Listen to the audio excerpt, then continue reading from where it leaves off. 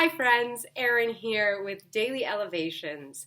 Yesterday we started talking about relationships and how this relationship that we have with ourselves is the most intimate one that we will have.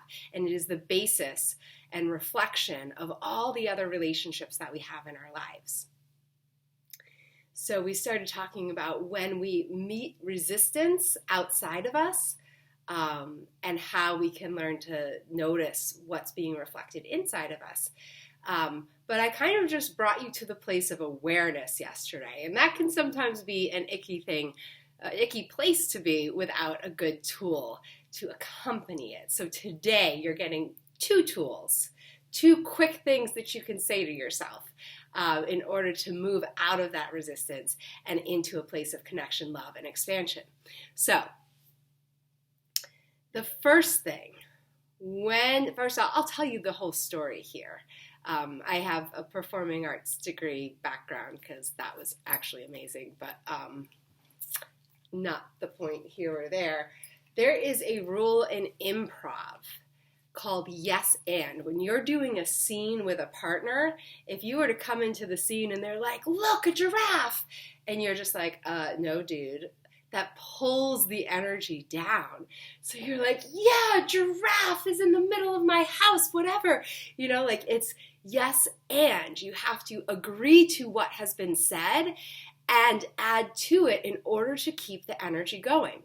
So I, last year, joined my cousin. I have a cousin who has two kids. I kind of consider them all my cousins, and really grew up with all of them. But my cousin and his daughter were flying to Denmark to visit his son, and I was joining them for the trip. And a guy got all the way to Logan Airport before I realized, oh my God, I have just agreed to a flight across the ocean and a week of spending time with a dad and his 16-year-old daughter. I don't know if you remember what you were like when you were 16 and what your relationship with your dad was like. I know mine was a little and this felt a little and I just was like, this could have been a mistake. How am I going to get through this? How are we all going to get through this? This is a little, everybody has their own ideas about what should be going on.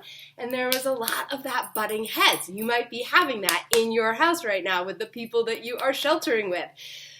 So I pulled in this improv thing, and by the time we landed in Denmark, I was like, hey guys, let's play a game. And the game is called Yes and it means you cannot disagree with what anybody says. You cannot argue with them. You cannot tell them no, they are wrong.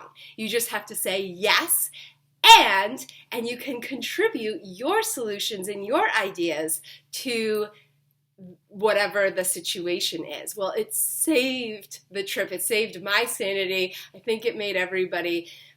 There was a phenomenal capacity that was found by the end of the week to kind of have some yes and, energy by the end of the week. But for the most part, it kept things flowing. It stopped that butting heads.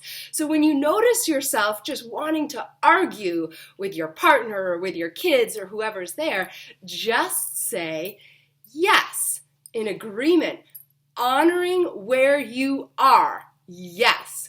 Honoring your perspective. Yes. Honoring and loving you. Yes. So all of that can be said in that one word, yes. And I also have a perspective, or I also have but we don't say no, because that puts people in that defensive place. When we acknowledge what's going on over there, then we can move it more easily. They're like, oh, okay, yeah, they saw me. Now I can come. But when we say no, it's like, people know they're right. We're all right. We're like 1 billion people, all with our own correct perspectives based on what we're seeing. Like, if you were to be standing on this side, you'd say, yeah, there's light shining on your face. If you were to be standing on this side, it's like, no, you're kind of shadowy. That doesn't mean that both of these people are wrong. It means that they're seeing something differently than each other. because they have a different perspective just from having a different body and a different position in this world and a different set of influences that they're coming from. So say yes to everything and then contribute your perspective, making space.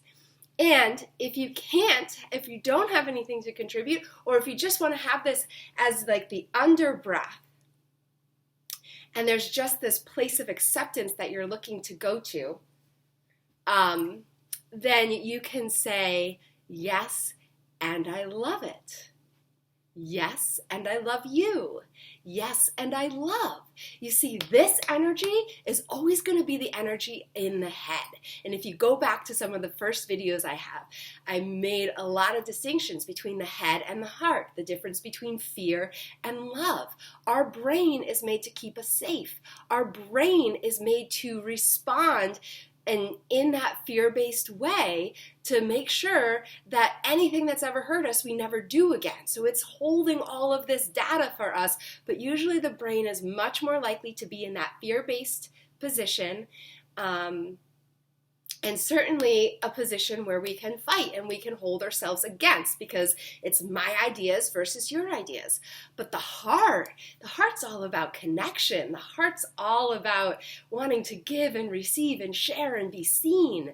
So just by saying, yes, and I love, that word, I love, 2 words, I love, is going to drop you directly into the energy of your heart. It's very hard to say, I love, I love, I love, and divorce yourself from the meaning of the word. You can do that, and then you could potentially keep yourself in your head. But if you allow yourself to sink into and feel the word love, it's going to land you in your heart center. So that is my magic tips for you to do it. My magic tips for you for today.